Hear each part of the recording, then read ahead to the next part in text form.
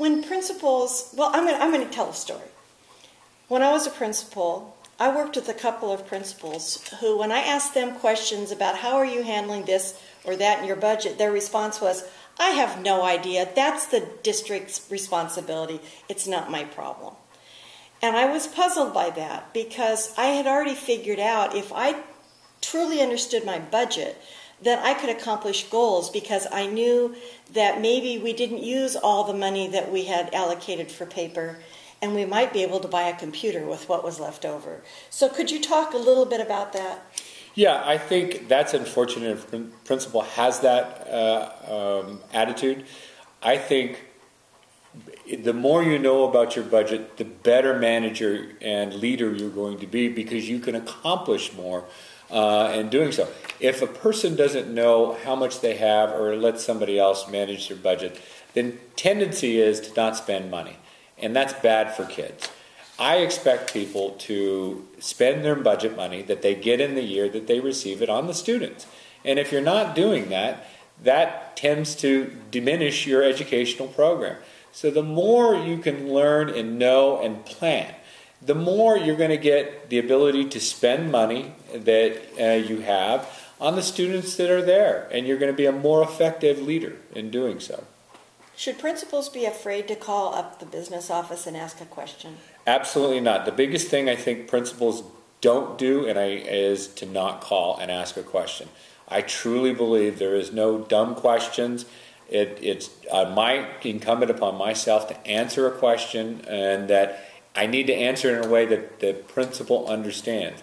So if a principal's not understanding something, or anybody I'm communicating with doesn't understand what principles I'm giving, that's my job, is to explain it in a different way, in a way that they can come and understand. So I truly believe you need to ask as many questions as you can. All of the business office is trained to answer questions. We want to give you answers to make you a better person in managing your budgets.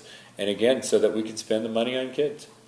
As a new administrator of a federal grant program, I remember calling the district office and talking to the budget person that I wanted to do such and such, and he said, you can't.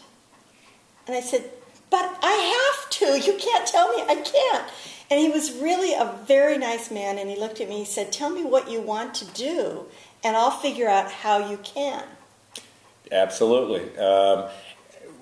The more information you can provide to any of your district accounting folks, the better off you're going to be, that they can help you solve your problem. And so you might not be able to spend on a particular instructional supply. You might not be able to spend it out of categoricals, meaning Title I or EIA, but there may be another expenditure that is wholly appropriate that you spent in your general fund that you could charge to EIA that is fully compliant.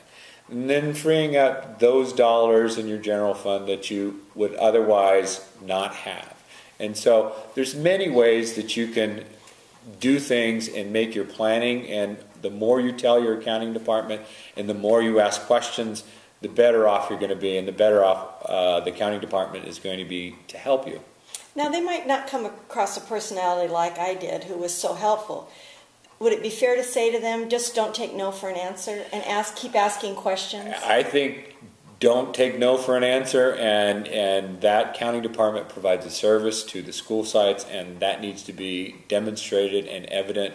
And I would say if you're not, then you need to talk to the assistant superintendent of business, because that is really, my belief is every one of my divisions is a customer service to a school site. And so that's a core belief. Okay. What if they think they're going over budget? The best thing to do is call the assistant superintendent or the director of accounting. I always welcome those people. They think, I'm not going to make it to the end of the year, and this could be April.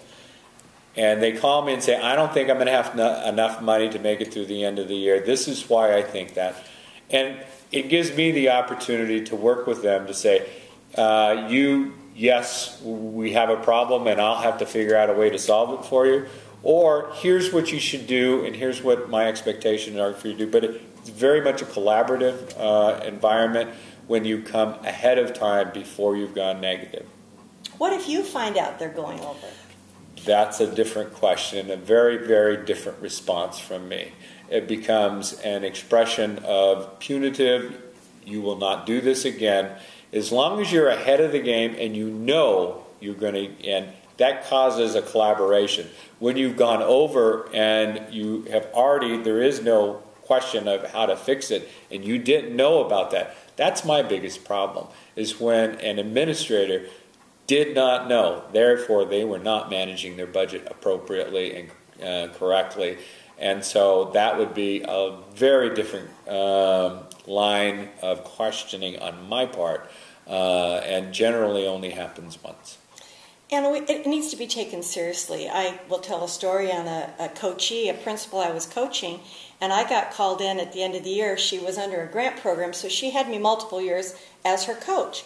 And I got called in by the district office to say, she went over budget last year. It's your job to make sure she doesn't do it again. And we worked on it. And I would question her every month when I went in to see, where are you on your budget? And she'd go, I'm fine. You don't have to worry about me anymore.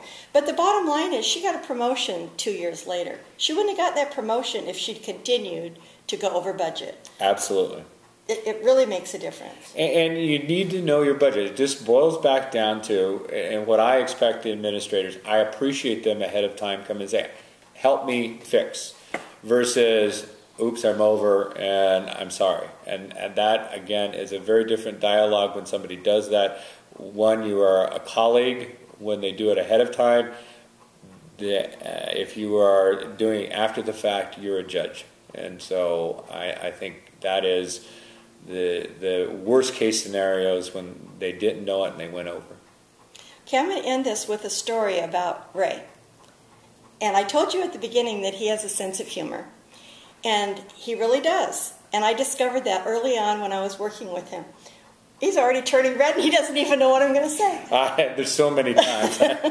We were out to lunch one day and with all of Cabinet, and he was grousing about the fact that he'd been on the phone with the principal who wanted this and wanted that and on and on and on. And after a while I looked at him, I said, Ray, is it your money? Well, no, he says. And that was it. So about a half an hour after we got back to the office, I get a call saying that he wanted to see me. Well, I had already emailed saying I wanted to talk to him about some of the budgets I was responsible for in the district. So I figured that's what he wanted to talk to me about. And I get to his office and he closes the door and he said, what was that question about at lunch? And I'm going, what question? So he told me.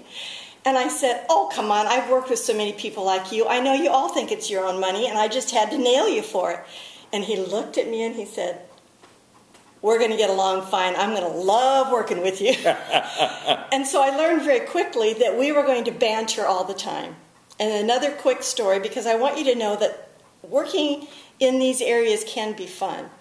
The other story was he and I were really going around and around in a cabinet meeting about whether we should do some expenditures in one budget year or the next.